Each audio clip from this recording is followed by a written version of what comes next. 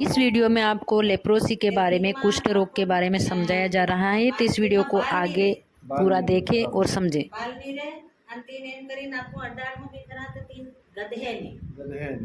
भाभी સાંભળી કે એમ સમજવાનું કે યો કુષ્ઠ રોગ છે મતલબ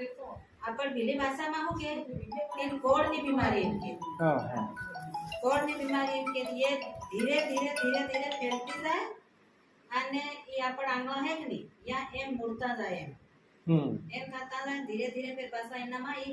अपने आप पासा खरवा भी लगी जाए ये पासो बड़ी जाए जबर ते तीन हारू सनिक कई एक दाग एक मालूम पड़े थे कैनान भी भले आपण आंगनवाड़ी कार्यकर्ता है भले आशा कार्यकर्ता है तीना जैन केवानो